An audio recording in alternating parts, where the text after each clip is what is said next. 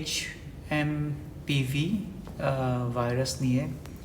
So new এজের আজকে একটি খবর প্রকাশিত হয়েছে যে প্রথম রোগী যিনি HMPV পজিটিভ মানে HMPVতে আক্রান্ত বাংলাদেশি যিনি মারা গিয়েছেন আজকে 16ই জানুয়ারি 2025 সালে। তো প্রথমে বলে নিতে চাচ্ছি যে এটা নিয়ে এখনই চিন্তিত হবার কিছু নাই, তবে এই সম্পর্কে জেনে রাখা ভালো। তো যে পেশেন্ট মারা গেছে উনি মহাখালীতে ইনফেকশাস ডিজিজ হসপিটালে মারা গেছেন ঢাকায়। যদিও এখানে বলছে যে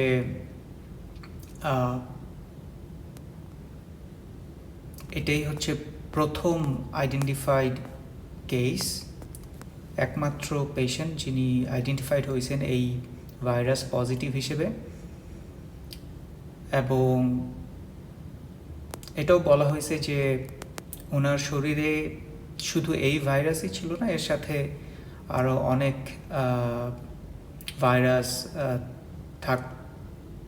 ভাইরাস ছিল, এটা বলছে additional organism meaning virus bacteria এরকম কিছু একটা। অ্যান্ড ওনারা বলছে যে ওনারা বলতে পারে নাই যে HMPV ভাইরাসের কারণেই উনি মারা গেছেন। ওনার শরীরে যে ভাইরাসকে প্রতিরোধ ক্ষমতা, যে আমরা অনেক সময় বলি যে ইমিউন রেসপন্স করার যে ক্ষমতা, সেই ক্ষমতা যিনি মারা গেছেন তার কম থাকতে পারে বা থাকার সম্ভাবনা বেশি, এই কারণে মারা যেতে পারেন।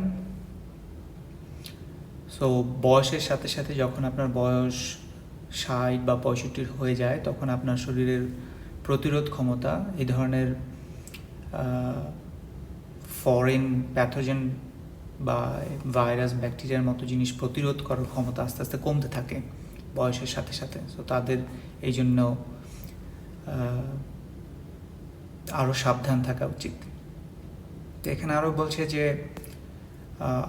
IEDCR director professor Tahmina Shirin বলছেন যে প্রতি বছরই 2 থেকে 4 জন HMPV পজিটিভ কেস তারা পায়।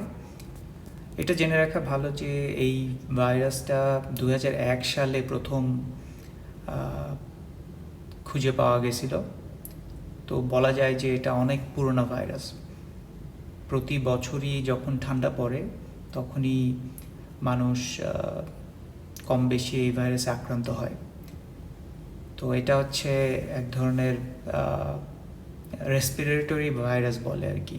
তো এটা আপনার ফুসফুসে আঘাত করে, সো এই কারণে আপনার শ্বাসকষ্ট হতে পারে এবং এই ধরনের ফুসফুসজনিত বিভিন্ন সমস্যা হতে পারে। অনেকটা কোভিডের মতো, কিন্তু কোভিডের মতো এত মারাত্মক না। সো এই ভাইরাস নিয়ে আলোচনা আসছে কারণ হচ্ছে সম্প্রতি চায়নাতে এই ভাইরাসটা অনেক মানুষের মধ্যে পাওয়া যাচ্ছে, যেই কারণে সারা দুনিয়াতে এটা নিয়ে একটা আলোড়ন তৈরি হয়েছে।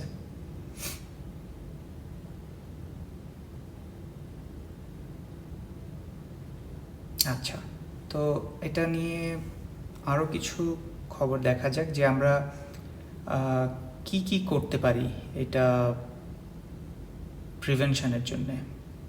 এই যে এখানে একটা জায়গাতে বলছে যে অ্যাকর্ডিং টু দ্য CDC, এটা আমেরিকার ডিজিজ কন্ট্রোলের একটা organisation, HMPV can cause upper and lower respiratory disease, যেটা বললাম ফুসফুসজনিত রোগ এটা, এবং এটা মানুষ থেকে মানুষে সংক্রমিত হতে পারে।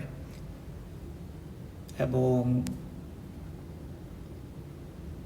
আচ্ছা, তো সিমটমস হতে পারে হচ্ছে গিয়ে ঠান্ডা, সিজনাল কোল্ড লাইকস, ঠান্ডা লাগতে পারে, সিমটমস ইনক্লুডিং কফ, কাশি, তারপরে রানিং নোজ, আপনার সর্দির মতো হবে,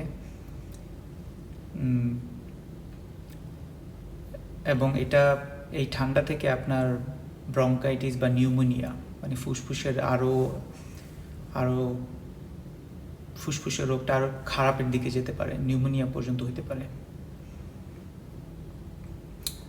সো ভাইরাসটা আপনি যদি হওয়ার পরে 1 সপ্তাহের মতো আপনার ইনকিউবেশন পিরিয়ড, মানে 1 সপ্তাহ শরীরে থাকার পর সে এমনিই এটা দুর্বল হয়ে যাবে।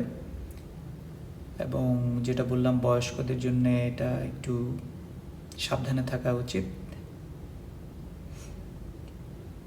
তো এখন পর্যন্ত কোনো ধরনের ট্রিটমেন্ট এটার নাই। সো আপনাকে আপনার শরীরের যে রোগ প্রতিরোধ ক্ষমতা তার দ্বারাই এটাকে আসলে ডিল করতে হবে, এটাকে মারতে হবে শরীরের ভিতরে। তো কিভাবে প্রিভেন্ট করে, কিভাবে এটা থেকে দূরে থাকা যায়? তো ওই কমন কতগুলো জিনিস আছে, যেমন ভালো অভ্যাস, যতগুলো ভালো অভ্যাস আপনি জানেন শরীরকে পরিষ্কার রাখার জন্য সবগুলাই করবেন। যেমন হচ্ছে